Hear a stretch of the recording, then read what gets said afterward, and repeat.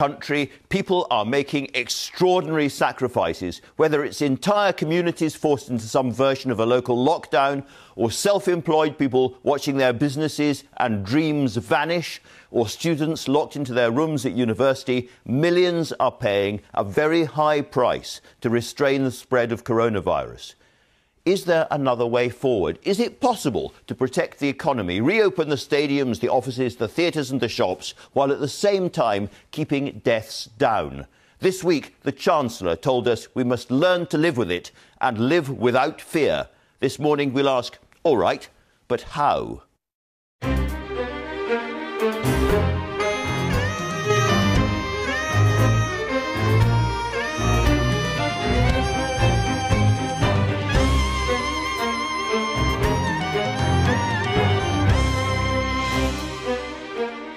I'll be exploring that and what the government can do to support sports clubs and the arts with the Culture Secretary Oliver Dowden. And as conference season continues remotely, so does our series of party leader interviews. This week, the Liberal Democrat leader Ed Davey. Heard of him yet? From Labour, as London teeters on the edge of new restrictions, the Shadow Justice Secretary David Lammy. And from Edinburgh, the government advisor and epidemiologist, a sceptic about lockdowns, Professor Mark Woolhouse.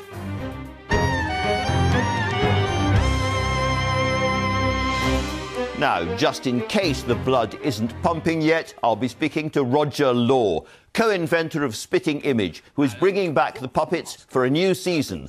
Grotesque, yes, but grotesque enough? Looking at the news this morning, Camilla Tominey, who's been looking at the balance of power inside the Cabinet for the Daily Telegraph, and reflecting on the Chancellor's new support measures, the BBC's economics editor, Faisal Islam. It's going to be busy. Let's start with the news and Ben Thompson.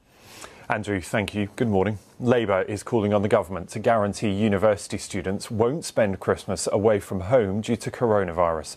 Thousands of students across the UK are being forced to self-isolate because of outbreaks.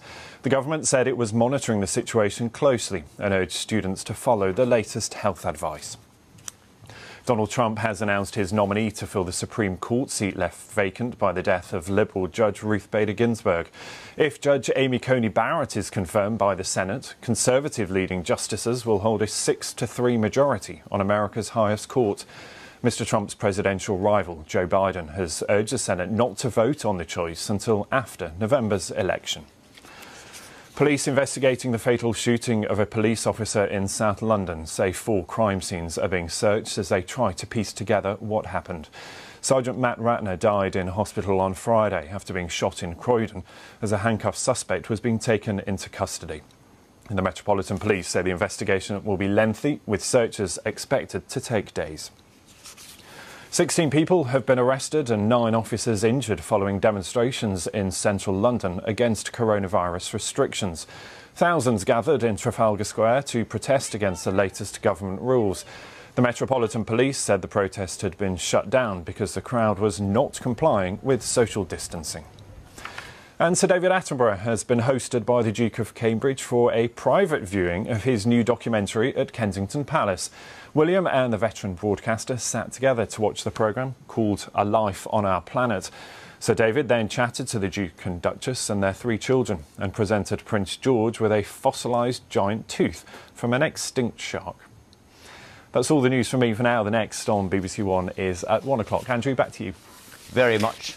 Many thanks for that indeed. And now to the front pages, as you would expect. The front page of the Sunday Times leads on Paul Dacre, the iconic editor of the Daily Mail, being lined up, it says, by Boris Johnson for head of Ofcom, and also Charles Moore, now Lord Moore, eminent journalist from The Spectator and elsewhere, being lined up as the BBC chairman. BBC critics set for top jobs in broadcasting. Now, the truth of that we will examine later on in the programme. Every front page today is a bit different, actually. It's one of those days where the newspapers have all chosen different ways to go. The Sunday Telegraph, picking up on your hearing about the students, has Prince Charles there calling for urgent government action to help the young in general. The Observer has a poll on its front page saying that for the first time since Sir Keir Starmer took over the leadership of the Labour Party, Labour is drawing ahead of the Tories in the polls, and Keir Starmer is ahead of Boris Johnson as favoured Prime Minister. That will spook some Tory MPs. They've also got the BBC story there. The Daily Mail, the Mail on Sunday I should say, has Jamie Oliver and Joe Wicks calling on the government to ensure that we don't get substandard foods in a US trade deal coming forward. Lots and lots of stories there, and we will talk about them all. But let's start with what's going on inside the government. Camilla Tominey, that Observer poll will not please a lot of Tory MPs, will it? Quite early for the Labour Party to be drawing ahead already. I know, although maybe that's an advantage to the Tories, because obviously we are some time out before the next general election. It basically says Labour are up 3 points, so they're up to 42, and the Tories have lost 3 points down to 39, which is the first time Labour has overtaken them since Keir Starmer became leader. I think the most striking figure really is the drop for the Tories since before lockdown, when they were on 54%, according to Opinion. So it just goes to show that they have lost a lot of traction due to the crisis. Now, the question is that to be expected? Is it the so-called hospital pass, pardon the pun, that no government would have been able to deal with well? And what do the public think of Boris Johnson's reaction? Does the public think that Keir Starmer is going to be any better? And I think the problem for Johnson is this is now bringing into the fore this debate about competence, and not least in the shadow of Rishi Sunak's speech last week, which was very well received. Once again, you know, there is this consensus among Tories that if it wasn't for Rishi, the government would be in even more problems. So even when he winds up furlough, which is a controversial thing for the government to do, still Sunak is riding high in the polls. And that does present Johnson with a problem. It's very interesting. There's some various read-throughs, as we call them, in the Sunday papers. Tim Shipman in the Sunday Times, Glenn Owen in the Mail on Sunday. And they're both saying, this, broadly speaking, the same thing, that huge pressures on Boris Johnson at the moment. You know, he had coronavirus himself. He's got a young baby. He's now got a chancellor who's jostling him. And there's a sense that, for the very first time, his premiership is under a new kind of pressure. And it's under a new kind of scrutiny, which he will hate, because there's quite a lot of personal reporting in both of those different pieces. This talk that was bubbling up last weekend about whether Boris Johnson was struggling from money woes because of his recent divorce from Marina Wheeler, his wife of 25 years, the fact that he's subsidising some of his children, as most parents will identify with. So all of that personal scrutiny, and even these photographs as well over the course of the past few days of his fiancée Carrie Symonds on holiday, and that being looked at. So I think, yeah, he's not in a great place. And there's also the problem of this revolt from all sides from within the Tory party. So you've got the so-called Brady bunch, Graham Brady leading that rebellion against the idea that the government is being far too stringent in its lockdown measures. You've also got the phalanx of people who are upset about Brexit. So I think he's facing a very difficult period in his premiership, and of course only within a year of it. So it's been very difficult. Squalls and bumps on every side. Faisal, you were political editor for Sky News for a while. You've been watching this. These kind of tensions between number 11, the Chancellor, and number 10, the Prime Minister, go on all the time with every single administration. But from what I can see at the moment, it's at a much, much lower level than the tensions between Gordon Brown and Tony Blair that we can remember in the past. Yes, it's early days, but the pressures, as Camilla has been identifying, are extreme in trying to make this immediate judgment call on the economy and on health. I think there's no surprise when you read through some of those tensions playing out, even on that decision, why we haven't had a budget, where there would have been further tough decisions on even signalling tax rises. That went this week. Why we unlikely, I think, to get a 4-year spending review, where even though the cuts won't be there as they have been over the past 10 years, even sort of deciding what the pie is and carving that up is going to be really difficult. This basic debate about how we pay this huge, huge coronavirus bill as a country has not yet been resolved, has it, inside government? There's two things. There's the public finances, which are clearly heading for massive deficits. And I think the story of this week was that the extra help was quite small compared to what we have been used to. They were acknowledging the fact that the debts were quite big. But there's also this perceived trade-off. And I think this data visualisation graphic from the Sunday Times... extraordinary piece of work. Congratulations to the graphic designer, because it's very hard to see probably if you're watching at home, but it's a massive 2-page line of little red dots. Just explain it. So this is the entire population of the United Kingdom. Each dot is 10,000 people, and it shows who was impacted by the shutdowns. It shows... So the red dots are most of us. The yellow dots are those of us living under a lockdown of some kind at the moment, yes? And the black dots are COVID deaths. You see tiny little groups of colour here. Yes. confirmed cases, absolutely minuscule. Others would so there's different. That same figure is tens of thousands of deaths that, on an international scale, has been higher in the UK compared to many similar advanced nations. I think if you put the Spanish flu on there, it would look 3 or 4. There'd be maybe 10 more dots. But it still shows the difficulty of the balance. It shows the balancing act. This is affecting so many people. COVID obviously affects people more than those people who Let's go to the back page, the sports page of the Mail on Sunday. Yes, and I've vested interest as a season ticket holder at a football club, but we had hoped that even testing this would start to happen. The club's expected to have the fans back in at the 1st of October. And the financial implications of not having that. And I think the other thing is, this week, was this notion of 6 months. OK, and it was sort of ill-defined how much that was going to impact on things. But when the flu interacts with COVID, and people can't tell the difference, and they're saying 6 months of restrictions, football clubs are going to have an emergency summit. And obviously that's the Premier League, they're rich. What about all the smaller clubs? What about the smaller clubs? Yeah. Absolutely. And if footballers and football fans are having a hard time, that is nothing to the hard time that's being suffered by students up and down the country. Camilla, and it's very interesting, if you look outside London at a couple of front pages, the Scottish edition of the Mail on Sunday has students already leaving Scottish universities, despite being instructed not to by Nicola Sturgeon, and going home already. And then you've got the Manchester Evening News talking about students at Manchester Metropolitan University, MMU, who are being stopped from leaving their rooms by the police. And they've responded with posters saying HMP, Her Majesty's Prison, MMU. There is a real seething anger among a lot of students across Britain, isn't there? Yes, especially at a time when I suppose the government would have quite liked to have win over the support of students who are historically rather more left-wing, and I don't think they're doing a very good job at that at the moment. That HMP, Manchester Metropolitan Uni, says it all, really. But equally, up in Scotland, the situation, as far as it stands, a student had been warned that they might have to stay there for Christmas. Now, if you've been there for a couple of years, maybe you know the drill and you're fine. But imagine all those freshers who are leaving home for the first time, not knowing whether they can get back to mum and dad in what is obviously a difficult time for young people as they make that important transgression back to university from school. It was supposed to be. Sorry, it was supposed to be the most exuberant and exciting week of their lives, and it's been absolute misery for a lot of people. And equally, I suppose there is the argument that young people aren't as affected by the virus. Now, I appreciate, of course, they're saying they don't want students to be passing it on to adults and others in pubs and clubs, but you can't help but feel sorry for them. Sure.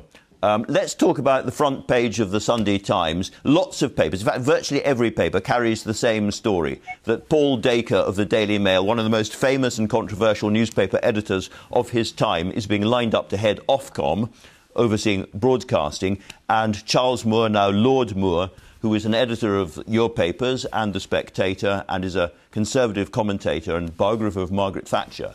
No great fan of the BBC, it has to be said. He's being lined up as chair of the BBC. Very straightforward question, Camilla. Is this true, do you think, or are we being wound up? I like the fact that the BBC reaction is to consider it a wind-up, simply because both of these figures are right of centre, representing right of centre newspapers in their time. And then it does seem a little bit tricksy. But at the same time, perhaps that's the problem. Perhaps the fact that if Alan Rusbridger, the former editor of The Guardian, had been put up for either of these roles, no one would have paid a blind bit of notice. Perhaps that would have been purring across North London. Well, exactly. So maybe that does suggest, maybe the reaction to this does suggest there is a problem, Andrew. Of course, we have to say that there is a proper process for this kind of thing. And there's a tweet from Peter Riddle, who heads the body that looks over public appointments. And he says public competitions for the new chairs of the BBC and Ofcom, both regulated by the Public Appointments Commission, have not yet been launched. Each will involve a senior independent panel member to provide assurance of fair and open process, as in the government's code. Now, we should say, Faisal, both of these characters are very, very eminent journalists, and they are serious contenders for anything. They are. Certainly in the case of the Ofcom chair, that has traditionally been filled in the past by kind of PhD or professors of economics, because the role isn't mainly about content regulation, although there's an important role in online harms coming forward for Ofcom. It's about broadband and telephones and mobiles and all that sort of stuff. So it tends to have been quite a technical appointment. But as a new government, they may have a change of direction on who they think should run these things. It'll be very, very interesting to see what happens next. Camilla and Faisal, thank you both very much indeed. That, and so to the weather. This week we've seen a sudden lurch from hot days into really quite cold ones, as if we've jumped from summer into winter in about 10 minutes. Over to Sarah Keith-Lucas in the weather studio for What's Next. Sarah. Thanks, Andrew. Well, it was certainly a cold start to the day this morning. In fact, Northern Ireland has seen its coldest September night on record, with temperatures in Catesbridge down at minus 3.7 degrees first thing this morning. And like recent days, today brings us a very mixed picture across the UK. Close to the east coast, we've got low pressure, and that's driving in some brisk northerly winds around eastern counties of England. But elsewhere, a lot of dry and less windy weather. So for Scotland this afternoon, lots of sunshine, still quite chilly, temperatures about 11 to 13 degrees, but blue skies for Northern Ireland, northwest England into Wales too. But then we've got that cloud sitting to the east of the Pennines, right down towards Lincolnshire, East Anglia and the far southeast. A few showers and those brisk northerly winds driving in some big waves around the coast too. But largely dry as we end the day elsewhere. And tonight, eventually, the strong winds in the east will tend to ease. There will be more cloud and rain working in from the northwest, so not as cold here as it was last night. But for central parts of the UK, we've got single figures through the course of the morning. But here's how Monday is shaping up. Some sunshine for many of us, a weak front slowly making its way eastwards, but a much improved day for East Anglia and the southeast, with temperatures here up to about 19 degrees, followed by sunshine and showers. Not a bad few days before things turn more unsettled later in the week. Andrew. Many thanks for that. Now, the Liberal Democrats are next in our series of party leader interviews. Their online conference is taking place this week, and it's led by the newly minted leader, Ed Davey. What can we expect from him and his band of 11 MPs? Well, he joins me now. Welcome, Ed Davey. Can I start by talking about students who are having a particularly tough time at the moment? Now, your party was behind tuition fees when they came in. I wonder now whether you have so many students around the country who are not able to go to actual lectures, who are doing everything by Zoom calls or virtually, whether you think there is a case for those students to get their tuition fees or some of their tuition fees back. We do need to help them, and not just financially. We need to help them because they've got some real health issues. I think they're really challenged because they're being asked to be locked away. Some of them being told they may not go home for Christmas. And I think our hearts must go out to them. Many of these people have gone through some real pain and trauma in recent years. The exam fiasco, which must have been very difficult for many of them and their families. Then they're going into halls of residence when they're not allowed to socialise in the way that they would have hoped. And now they're being told they may not be going home for Christmas to their families. I'm very worried about them, and I hope the government won't just act financially, but will actually work with universities to help these young people. I'm glad you're worried about them, and certainly our hearts are involved. But what they really want to know is, should they get their money back? That was my question. Yeah, and I said that I think there needs to be some financial support. And you mentioned the cost of education. Some of them have had to sign contracts for accommodation. And so it's quite a complicated issue. And I don't see the government talking about it at all. The possible big parliamentary showdown this week is Sir Graham Brady's 1922 committee amendment obliging the government to allow MPs to vote on new coronavirus restrictions before they are imposed. Are the Liberal Democrats going to vote for the amendment? Hugely sympathetic with it. I do think the government have failed to come to Parliament when they should have done. And so we're very... I'm sorry to jump in, but hugely sympathetic. What does that mean? Does that mean you're going to vote for it or not? My only concern with it, Andrew, is it doesn't go far enough. So I like it very much. Will you vote for it? Well, almost certainly. I want to see it. I want to see all the other amendments. But the reason is this, Andrew. The problem with the Coronavirus Act renewal is I think it's going to fail many people who were failed by the original Act. Let me give you examples. Disabled people, people who need care.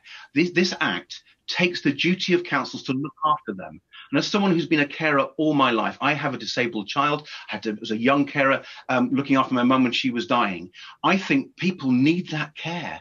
And for the government to legislate to take away rights to care, I think is outrageous. So my only concern with the Brady Amendment is it doesn't go far enough.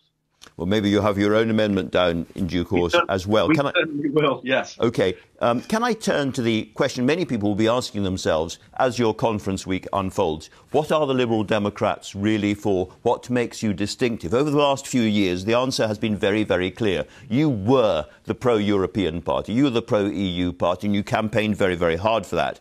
Now you say that it's off the agenda for the next few years, and you may very well be right about that. But in the long term, eventually, you must surely be the rejoined party. Let's get back into the EU party, aren't you? Well, first of all, in the leadership election, I talked about us being a greener, having a greener economy, a fairer society, a more caring country. And care is one of the issues I'm really pushing. But we will remain pro-European, and we haven't changed our values. And so we think. Do you think we should go back? Do you think we should go back into the EU eventually? Well, as I lead the party now, recognising we've had 3 very disappointing elections, I've said that we need to wake up and smell the coffee. We need to listen to people first before we decide our manifesto in 4 years' time. And so I'm going on a listening tour. And when I'm meeting people around the country, they're talking not about Brexit, they're talking about COVID. They're talking about their jobs, their livelihoods, their businesses. Okay. And I want the Liberal Democrats to talk and focus on their people's concerns. I want our policies to be relevant to them where they are. And so that's my focus as I rebuild the party and reconnect with voters. It sounds as if Europe is no longer central. Can I ask you about one other really big question coming up over the next year or so? If the SNP win a majority in the next Holyrood elections on their manifesto, do they then have a mandate for an independence referendum next year? Well, Liberal Democrats do not want the separation of Scotland from the rest of the United Kingdom. We believe the family of nations should stick together, and Liberal Democrats will be standing at the Holyrood elections in May. I get that. I'm so sorry. My question is, do they have a mandate? Do they have a mandate for a referendum or not? Well, Liberal Democrat MSPs elected will have stood on a mandate to oppose that second referendum, wouldn't they? And so we will vote against it.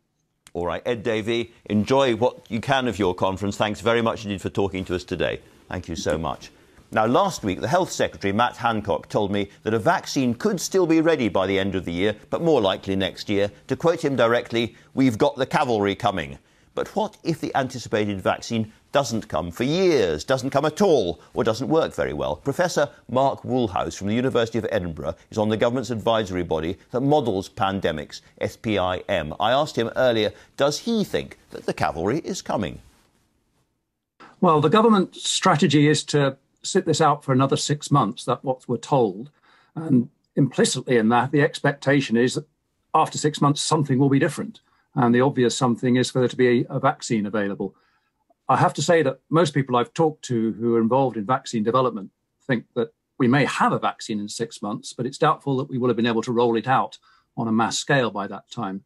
So we're in a difficult situation for some months to come, I'm afraid. And of course, the great debate at the moment is whether endless more restrictions and lockdown measures are the only way forward. Jeremy Farrar has said that we need a big debate about this and political decisions because it is, in effect, a binary choice. He said today, you either open up society and the economy, but you accept higher transmission, hospitalisations and deaths, or further restrictions are implemented now and you reduce transmission and reduce the COVID illnesses and deaths. Is it a simple binary choice like that, do you think? Well, Jeremy's right to put it in tones of a scientific debate. I think there is a middle ground as well, where you could have some of both. And the way you find that middle ground is by focusing your efforts not simply on suppressing the spread of the virus through the whole population, but concentrating on protecting the people who most need protecting. We know who those people are, the elderly, the frail, the vulnerable, those with a set of comorbidities. They are enormously more at risk of this virus than the rest of the population. And if we can protect them, that gives us some wiggle room to relax measures elsewhere for the rest of us. And I suppose, therefore, the next question is, how can we protect them and can we really protect them? Because the Prime Minister himself said this week, if you let the virus rip through the rest of the population, it would inevitably find its way through to the elderly as well. And Nicola Sturgeon up in Scotland has said something very similar. So can you really protect these people? Well, he's exactly right. But there's no question of letting this virus rip through the rest of the population. This is a very unpleasant virus. It can cause very severe illness and hospitalizations, even in the healthy population. And we're seeing problems with long COVID, the sequelae of infection as well, building up. So there's no question of doing nothing to suppress the virus. The question is whether it is so serious in that population that the right thing to do is shut down society to stop it spreading. And in that context, that probably does seem too much. But then as you quite rightly say, it is very difficult to protect the elderly population, the frail population, if the virus is rampaging through the rest of us. The best way to keep yourself safe from this virus is that everyone you come in contact with is virus-free. And the way you establish that is by testing. But we're not yet at the position where we could test on a regular basis, twice weekly or whatever it may be, a very large number of people that are the carers of the vulnerable, the informal carers, the family members, the household members, and so on. We can't yet test on that scale. So right now, we don't have that option. Now, you're an Edinburgh University man. One group of people having a really, really hard time at the moment are students up and down the country. Was there any modelling done about the effect on spreading coronavirus of the universities coming back in the first place? Yes, there was. And this situation, I'm afraid, has been entirely predictable. I mean, the first thing to say is that students didn't start this current phase of the epidemic. This began way back in August in Scotland and the rest of the UK, and the students have just got caught up in it. Now, because a university involves students coming in from many different parts of the country and congregating in very close proximity, then it's inevitable there's going to be some spread among the student population, and that's what we're seeing. There was some very nice modelling done of this of our SPI-M colleagues at the University of Bristol, and what they showed quite clearly that the risk areas were particularly first-year students in halls of residence, as well as face-to-face teaching. So this was very predictable, and it was modelled. Going back to the beginning of all of this, did the government model anything other than a lockdown right at the start? Basically, no.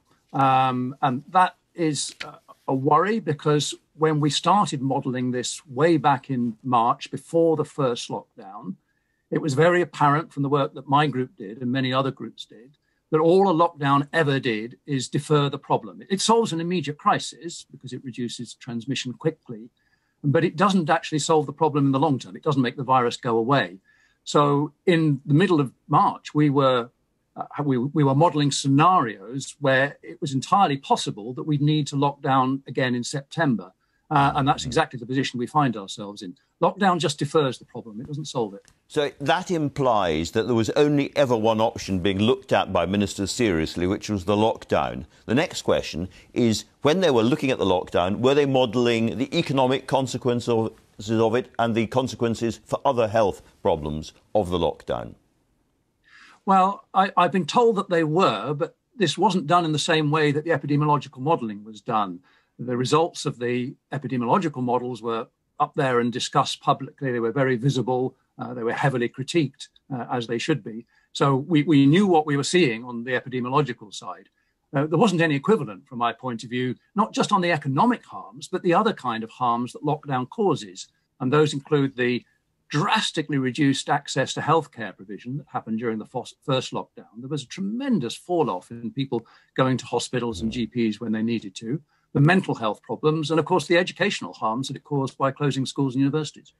Speaking about modelling, you, like me, are probably just about old enough to remember the old closing times and the binge drinking that went in before last orders were called. Was modelling done about the effects on coronavirus spreading of closing pubs at 10 o'clock? Not to my knowledge, and the models don't have the sort of granularity that you can explore in detail different closing times of pubs, or even different versions of the rule of 6 that we have around the country, the differences between indoor and outdoor transmission or involving children or not. They don't have that level of granularity. So those sorts of things have to be judgment calls based on the public health evidence rather than the models. So there isn't real solid scientific basis for closing pubs at 10? Andrew, there isn't a proven scientific basis for any of this. When we introduced lockdown in the first instance, that was an unproven intervention. By the time we introduced it in the UK on March 23rd, only one city in the world, Wuhan, had actually demonstrated it was possible to turn this epidemic around using lockdown. So because this is a new challenge, we're having to use interventions that we've never tried before. All of this is very much being ad hoc interventions that we're learning as we go. Now, I remember right at the beginning, you were predicting a second wave, or as you called it, a second bump of the virus. Is there going to be a third one, do you think? Well, that's entirely possible. The scenario I mentioned earlier does actually include this possibility. And this is just another demonstration of what I was saying earlier, that lockdown doesn't solve the problem, it defers it. And that is why we need some kind of cavalry on the horizon, or alternatively, if we think that vaccine is not going to be available in 6 months or 12 months or 2 years or whenever it may be, that we do need alternatives. The alternatives that have been mentioned so far are things like the moonshot program, the mass testing, and there may be others on the horizon too. And we also know another different way of looking at all of this was what happened in Sweden. And we know that the Swedish scientist who led that has been advising the Prime Minister over the last few days. Do you begin to see a sort of opening up of a possible debate about an alternative to lockdown coming? Well, I certainly hope so, but we shouldn't be so binary as to say it's an alternative to lockdown. Sweden does have a number of restrictions in place, and I'm afraid I don't see a way through this for the coming months and even years where we don't have some restrictions in place. This is the new normal. We're going to have to operate differently until we've got this virus firmly under control. The advantage of what Sweden has taught us, I think, is two things. First of all, that it is possible to turn an epidemic around without a strictly enforced lockdown. And people will argue about whether or not that model is transferable from Sweden to other countries, such as the UK, but they've shown it's possible. But perhaps more importantly, what Sweden have emphasised, and the epidemiologists there have emphasised, is the importance of sustainability, that we are in this for the long term, and the measures that we implement have to be ones that we think we can live with until the cavalry comes. And listening to that is the Shadow Justice Secretary, Labour's David Lammy. Mr Lammy, can I start with talking again about students, one of the themes of this morning? Labour is calling for students to come home for Christmas, is that right? Absolutely. I mean, obviously we want young people home with their families at Christmas time, and they need the testing to make sure that that can happen. Is that not just a way of super spreading the virus all around Britain? We know it's clustered in universities, and if you let students go all over the country, they're going to take it everywhere else. By Christmas, we would have had the coronavirus for 9 months, that we couldn't get a test, track and trace system in place by then has got to be described as pathetic. Of course we should be able to get students back with their families after a term at university. Because your Welsh leader, Mark Drayford, takes a slightly different view. He said that it's important to contemplate keeping students in universities, in his words, because it's true that as people move and travel across the United Kingdom, then that increases the risk of the virus moving with them. Look, Andrew, students have been done over on their A-levels. They've been done over on Freshers' Week. The government's now threatening to lock them up at university, and very worrying for them. When they graduate, we may be looking at long-term youth unemployment. It's important to get the students the kit so that they can do their lessons virtually. Universities have been doing loads to plan for their students. Many are offering tests. They need support from the government. Gavin Williamson needs to come to the House tomorrow and explain what he's going to do to make sure that our young people can receive their education, and virtually, probably for many of them, and they can get the testing that they now deserve. For those students who don't get the education that they were expecting, should they get their fees back? Look, I mean, it's clear that there are actually lots of universities struggling financially. My old University of SOAS in London is one of them. So there's a balance here to be struck. Many of us have gone online. The key now is to get students online successfully and for them to have face-to-face where it is safe to do so. So should the government perhaps pay the universities to allow them to give fees back to students who have frankly not got the deal that they thought they'd signed up to? The balance of our arrangements in this country in higher education, having been a higher education minister, is not just students. It's also to make sure that we've got universities in 2 years' time, 3 years' time, once we've got beyond that. So in the end, it's a balance between fee and between keeping our universities going at a very difficult time. All right, let's talk about something where there's a clear decision to be taken. The Graham Brady amendment comes to the House of Commons this week, and it's about giving MPs the right to vote on new restrictions before they are imposed on the rest of us. Is the Labour Party going to vote for the amendment? Well, we've put down our own amendment, and this will depend on what the Speaker, Lindsay Hoyle, chooses. But what we're clear on is we need more transparency. There should be regular review, so it's coming back to Parliament. And of course, we should be debating regulation and rules for the country. All right, but if the Speaker selects Graham Brady's amendment, will the Labour Party vote for it? We're very sympathetic. Sympathetic is one thing. Would you vote for it? We're very sympathetic to Graham Brady's amendment. Look, I'm sorry, there isn't a sympathy lobby in the House of Commons. There's a yes or a no. There isn't a sympathy. Will you vote for the amendment? Andrew, what there is the official opposition's amendment, and I'm not going to announce that we're backing somebody else's when we've got our own amendment down. So let's see what the Speaker does. But you can't tell me now if the Speaker selects Graham Brady's amendment to give MPs the right to discuss restrictions before they're imposed on the rest of the population, whether the Labour Party would actually support that or not. Andrew, you're a bright guy.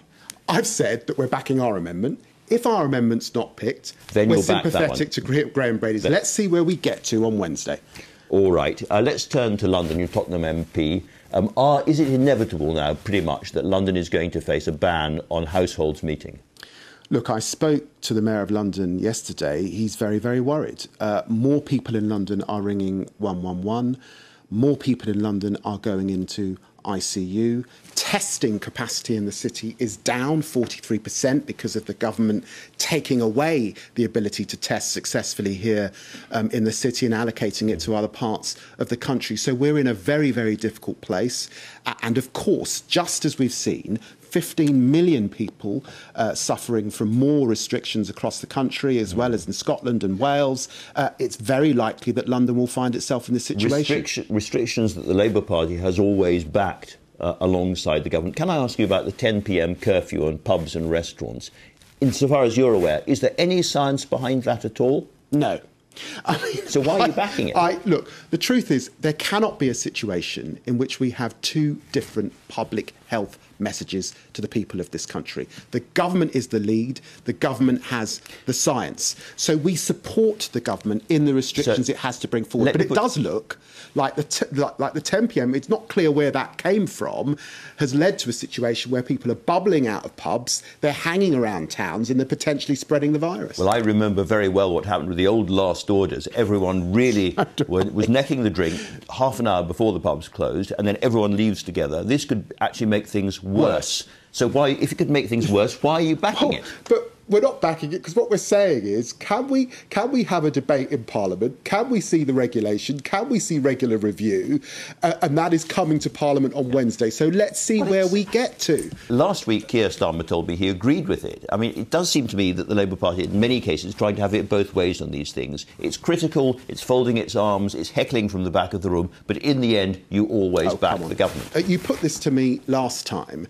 It's the Labour Party that led on PPE. It's the Labour Party that led on testing and is pushing for more testing. And we talked about the app way before we got it, and we now have an app that doesn't work. The truth is, it's the government that's in the driving seat. We don't want mixed messages to the public. What we want is a clear communication strategy, and we call for that, a clear track and trace strategy, and we certainly want to keep people off the dole and to have a proper job recovery scheme, which we announced last week. And we are in the middle of an economic crisis. Do you agree with Kate Green, your education spokesman, who said it's important not to let a good crisis go to waste? Look, this is very serious. The Times today are saying that unemployment in my constituency could be running at 45%. That's eye-watering. That's worse than the 1980s. It means single mothers unable to put food on the table and going to food banks. It means young people potentially seduced by crime and drugs. It's misery, much deeper than the 1980s. That's the seriousness. So comments like that don't really help. That's the seriousness of the situation that we face. And the important thing is that the scheme that Rishi Sunak announced is not going to deal with it. Like the Prince of Wales, I'm deeply worried that with no proper support for young people, many of them right across the country will be on the dole. And are we going to see public disorder rise, do you think, in this country as a result of this? Look, I lived through the 80s. It was a terrible time in communities like the one I represent. When I look at the figures in the Sunday Times today, that's the people on furlough, the people who are claiming job seekers allowance and universal credit. When I look at those figures, It worries me greatly that you could see unemployment in a constituency like mine of beyond 40%. We did see civil disorder in the past. I don't want to see civil disorder again. I don't want to see streets on fire. But I'm very, very worried this morning. David Lammy, thanks very much indeed for talking to us today. Now then, Spitting Image was one of the must-watch shows of the 1980s we've been talking about in the 1990s, an era-defining TV programme watched by millions for its scathing satire and brilliant puppetry. From Thatcher's cabinet to Reagan's White House, it was funny, topical and very much of its time. Well, it's about to make a major comeback on BritBox, and one of its creators, Roger Law, invited me behind the scenes to talk about his ambitions for a new series. First, we discussed the show's origins and how the Iron Lady influenced him. Cabinet, what do we call it when people go around stealing other people's property? You! A free market economy? Rubbish! What do we call it, David? Socialism. Well done, David. Spitting Image was on screen for a very, very long time. Then there's been a long pause. Why are you bringing it back now? When we started Spitting Image, everything was in turmoil. There were riots in the streets. People forget all that. And, of course, you had Thatcher. You start looking on Thatcher with nostalgia, because at least you knew what she was about and what she was going to do if you thought about it. Boris and the boys, you've got no idea. And the ideology's absolutely nuts. Wait, what did you say the show is called? The name, or nomen to the Romans, Latin pun, is Spitting Image. Splitting scrimmage? Spitting Image. It's a sketch show with puppet caricatures of real people. It can be rather nasty. Puppets? That is the very most moronic thing I've ever heard. My puppet is going to be the best puppet, and I love it. And so I suppose the obvious question, hearing you talk, is whether you're going to go again for the right-wing targets and leave the left and the Liberals alone. No, that's no fun. There's lots of ammunition to throw at the other side as well. No, you go for them all. Can I ask about the making of the puppets? Yeah. Because I've seen lots of drawing and presumably lots of different caricaturists and artists doing the basic drawing originally, and then you build up from there. But it's all done by hand. It's not a computerised system. Everything's done by hand. And I had a teacher at art school that said to me, you can always tell a good caricaturist by their ears. I said, what do you mean? He said, well, if they're badly drawn. So, you see, if I did you... You haven't got enough latex. Well, I think we'd probably find it, but it'd be personalised, and they'd say, when they saw it from the side, they'd say, that's Andrew Marr, because you've got it right. I can see around me some of the very, very obvious targets. You've got Greta, you've got Donald Trump, you've got Harry and Meghan there. What about the characters that you lampooned in the past? Because there are lots and lots of them from the days of Margaret Thatcher's cabinet and so forth. Have you ever had a reaction? Do people actually quite like their caricatures, ask for them afterwards? Well, if you're English, you can't turn around and say, I hate my puppet, they've insulted me. Well, you take someone like Gove, and what we did with him is pretty disgusting. And he was asked about it, and he avoided the subject. So the presenter spelt it out for him, and he just said, oh, I've always had a face for radio. They have to say they like it, because it's too difficult if you're a Brit to say, I'm really upset. But, I mean, some people must have disliked it, I would have thought. But then there were other people that took it in their stride. I mean, we sold all the puppets at Sotheby's, and Michael Heseltine spoke for the victims of Spitting Image. And I hate to admit it, but he was much funnier than the comedy writers that also spoke, you know. But in the end, obviously, you want to sting and you want to have an effect. Yeah. Is there any kind of political agenda? Is there something that you would like to achieve through Spitting Image beyond making people laugh? I think that you can't really change anybody's mind by shouting at them, and believe me, I've tried. But you can with humour. Well, Roger, I've had a lot of fun talking to you. Thanks very much indeed for joining us. Thank you for asking me. I've thoroughly enjoyed it. I wouldn't worry about some dumb TV show, Boris. I mean, how are they going to make us look stupid? Can't be done. My final guest this morning is the Culture Secretary, Oliver Dowden. Welcome, Mr. Dowden. Can I start by showing you the back page, I'm sure you've seen it, of the Mail on Sunday today, talking about the anger and dismay for football clubs and other sporting clubs that they are not allowed to reopen on the 1st of October. They have done lots and lots of preparatory work trying to open safely, and they've experimented and they think they can do it. What was the science behind closing them off on the 1st of October?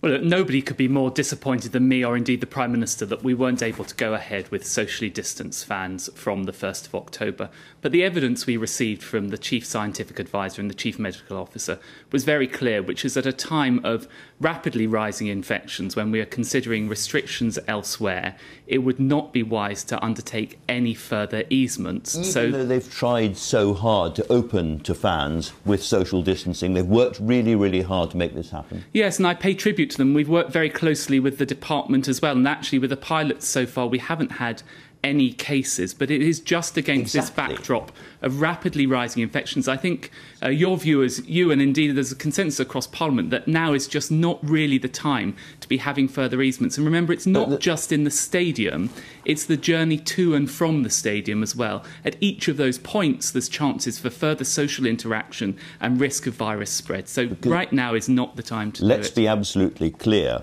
What you are doing, or not allowing them to do, is going to destroy quite a lot of clubs. You know, clubs who have been the mainstay of their cities and their towns for a long time are going to go under this winter because of what you are doing. The EFL's Roger Parry, Rick Parry, their chairman, says it just seems a little bizarre that you can still go into pubs and clubs and circulate, albeit you have to come out at 10 o'clock. It's a tad ironic and disappointing, as we had 7 extremely successful pilots at the weekend. Yeah, well, look, I've spoken a lot to Rick Parry, and indeed I've spoken a lot to the Premier League as well. I'm very mindful of the impact on clubs, and that, look, clubs had our back during the crisis. They did huge amounts of their communities. They're the jewels of their communities, and we're determined to have... going under. Well, we're determined to have their back as a government as well, and we're working closely with them to see how we can support them. First of all, we need to look to the Premier League. I've been in touch with the Premier League a lot over the past few days. They're working closely with the EFL to see how they can support them. Prime Minister and I have been clear, the Premier League needs to start by looking after football family as a whole, and indeed they're having productive conversations, and I'm hopeful that they'll reach a deal this coming week in relation to that. And then beyond that, look across all wider sports. Remember, it's not just football. It's not. We're looking at what further support we can provide them. We take this very seriously as a government. But by the way, we have provided huge amounts of support already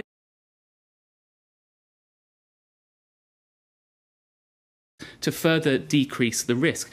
We're shared with the clubs and government in a desire to minimise the risk associated with this and open as rapidly as we can. But it simply is not possible against this backdrop of rising infections. And I think if we went ahead against this backdrop of rising infections, there would be real concerns from spectators and indeed from the general public thinking, why are we doing this at this stage? See, in Germany, for instance, there are very, very specific signals which the German government sends to German football clubs, which has allowed them to carry on playing. The Bundesliga fans are allowed back into the stadiums at 20% capacity if the 7-day infection rate in their home city is below 35 per 100,000. Now, those kind of very specific markers would help a lot of British clubs. Why can't we do the same as Germany? Well, look, we are exploring all of those things, but I should say that the backdrop against taking this decision on the first, and by the way, this is why we're working towards the first. We wanted to be able to achieve what they've achieved in Germany and elsewhere, but against a backdrop of rapidly rising infections, we didn't think that that was the appropriate time now. But we are exploring all those things, and of course, we're continuing to explore what would be the ideal solution absent a vaccine, which would be if you have large amounts of in-day testing to give the people a so-called freedom pass to be able to go into those stadiums. So we're exploring that. We're exploring further technological innovations, but we're also looking at how we can support the clubs through this difficult period. Your colleague, the Sports Minister, Nigel Huddleston, said, where it can, we will expect the top tiers of professional sport to look at ways it can support itself, with the government focusing on those most in need. I want to ask you what top tier means. We all understand it means Manchester City and Arsenal and Liverpool in football. What does it mean in rugby? What does it mean in cricket? Well, I think the Sports Minister was talking there about football, and that means the Premier League. So we are having discussions, as I said, with the Premier League to ensure that they can support the wider EFL family, because, of course, they rely on the grassroots to bring up the talent. In respect of other areas such as rugby, I know what a parlour state rugby union is. And again, I've been in touch with rugby union. We're working very intensively with them to understand exactly what support they need. But again, remember that we have given them a lot of support already, for example, through furlough, and we have provided them with loans and other facilities. And we're working closely with the Treasury. I've been in touch with the Chancellor a lot to see what further support we can provide them. And when it comes to the rich clubs, are you going to impose restrictions on them in return for support, in terms of how much they're paying their players, what they're spending on transfer fees and so forth? In other words, there's a lot of money in parts of the system. Are you going to insist that the clubs, as it were, help poorer clubs rather than spend huge amounts of money hiring a new striker? Well, and that's exactly what we're saying to them. I was speaking to the Premier League on Friday. I was very clear that we expect the Premier League to support the EFL, and in fairness to them, they appreciate that as well. We're working constructively together. Of course, it will be challenging working out the details of that, and those discussions are ongoing, but I am confident we will be able to reach an agreement. All right, let me turn to the arts. Rishi Sunak, the Chancellor, said when he was asked about the lack of support for the huge numbers of freelance people across the arts, he said it's important now that support is focused on companies that can provide viable jobs. That suggests the government thinks that a lot of these arts jobs are, quotes, not viable. Well, of course, there are challenges with bringing back arts. Now, it is worth saying that we have brought back a socially distanced theatre. I know that doesn't work for a large part of the sector. That is why we've got the biggest ever single investment in arts and culture with the £1.5 billion fund to support them. Okay. That is larger than any other country around the world. Two clear questions about that. First of all, this support is really for institutions and buildings in terms of loans and grants. When are individual theatres desperate to know what they're going to get, if anything? When are they going to find out what they get? Well, it is to support that underlying infrastructure to ensure that the jobs are there as they come back. We took the decision to consider all of the applications in one go because we wanted to weigh up the merits of each of them against one another, to be completely fair about it. So the applications are in, and we expect in October those payments to be made. In the meantime, if institutions find themselves... Next month. Yes, they will know next month. But in the meantime, we've been clear that they can get support in the interim if they're in a very difficult situation. It is worth noting, though, Andrew, in respect of what you said about the wider creative industries, that's why, for example, I've prioritised getting film back. I was at Pinewood on Friday. They're completely full. That is creating jobs for freelancers and creatives. Very important, because 75%, I think, of the people working in theatre and the creative industries generally are freelancers, the actors and the musicians and so on and so on. And they have got absolutely no help and no support from the Chancellor's winter plan. Well, they have already had support through the self-employed furlough scheme. We are also working to open up the wider creative industries. Money has already come through, for example, through Arts Council England and other to support them. But I'm not denying the challenges here. These are very difficult decisions we're having to take as a government. And I'm acutely mindful of the economic cost that this has. And we've already seen 700,000 jobs lost across the economy. But ultimately, we have taken a decision as a government that we need to protect lives by taking these further measures. But we are also working with the Chancellor and others to ensure the support is there. And you saw some more of that last week. My question really is whether you're following the science in any of this, really, at all. Sam Mendes, very, very prominent producer, says, how is it different from sitting next to someone in a metal tube for 8 hours in a plane? It's not different. He's talking about going to the theatre. It's a matter of personal choice. Don't you need to relax a bit? Well, I've discussed this with Sam Mendes, and I pay tribute to him. He helped us feed in ideas as we created the £1.5 billion package. The simple answer is, against this backdrop of rapidly rising infections, much as I would like to contemplate further easements, we can't do it at this stage. We are working intensively with all of the arts sector and theatres to see how we can mitigate risks so that we can go down that path. But we have had to stall on that path given where we are with the rapidly rising infections. You're forcing all restaurants and all pubs to close at 10, returning us to the last orders culture. What's the science behind that? Well, I think we've all seen, indeed, this was the advice that we've been given by the Chief Scientific Advisor, Chief Medical... Any actual science? Yeah, so the risk here is, as people have more to drink, later on in the evening, the amount of social distancing reduces. People get friendlier with each other, and there's a greater risk of spread. That is why... Sorry, those of us who remember the old days when there was a hard end to drinking in pubs, remember what happened in the last hour to half hour. Everybody just drank harder and faster and poured out altogether, as is happening in London now. In other words, there is no science behind this, I put it to you, and it could make things worse, not better. No, there is definitely science behind it. That's why we're requiring people to be seated in pubs and restaurants, so that stops the flow of them to and from the bar. We are reducing the closing times in order to stop people staying later and drinking. And the point about all of this is that everyone has their part to play. If we all play by the rules, we can ensure that there are not further, more draconian restrictions. We heard from one of the government advisors earlier on in this programme that there was lots of modelling about what would happen if students went back to university in terms of spreading the coronavirus. That is exactly what has happened. Why was it allowed to happen? You knew what was going to happen in universities, and yet you went ahead. Well, first of all, we have chosen as a government to prioritise children's education. That is why we've got over, I think it's 99% of... Well, no, it is actually working. 99% of schools are now back and safely back. In respect of universities, young people have paid a huge price during this crisis. And I think it's only fair to try and get them back. We've got very clear guidelines for them to follow. I'm sorry to jump in again, but they're paying a huge price in terms of their tuition fees for tuition they're not getting in the way they'd expected, and they're paying rents in terms of student accommodation where they are locked in at the moment. They are not getting anything like the experience they signed up for. Should they not at least get some of their money back? Well, clearly the experience is not as it would be given this crisis, but we're doing that in order to reduce the spread of the disease and enable them to go back at all. And I think it's important for students not to have to give up a year of their life by not going to university, and they are going to university and paying the fees accordingly. Let's turn to another of the big stories around at the moment this morning.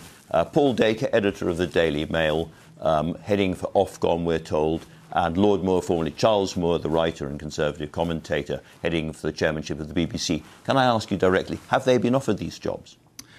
No, we have a formal process for them to go through. So I will be launching shortly the competition for the chair of the BBC. In the chair of the BBC, we want a really strong, robust character that can hold the BBC to account, a strong chairman, and particularly look at three things that I've talked about before. First of all, ensuring genuine impartiality from the BBC. Secondly, keeping up with the enormous technological changes, look at the emergence of Netflix, Amazon platforms and so on, but also ensure the BBC represents the whole of the United Kingdom, not just a narrow metropolitan outlook. And I think actually the BBC is making good progress towards this. I'm a huge fan of the BBC. I mean, look at, only the BBC could have produced in the past year or so everything from Fleabag to Once Upon a Time in Iraq. So it's about ensuring that we deliver those changes. Absolutely clear. There has been no behind-the-scenes conversation with these gentlemen offering them those jobs. Well, look, of course, I have conversations with people all of the time, but there is a formal process. Have you offered them the jobs?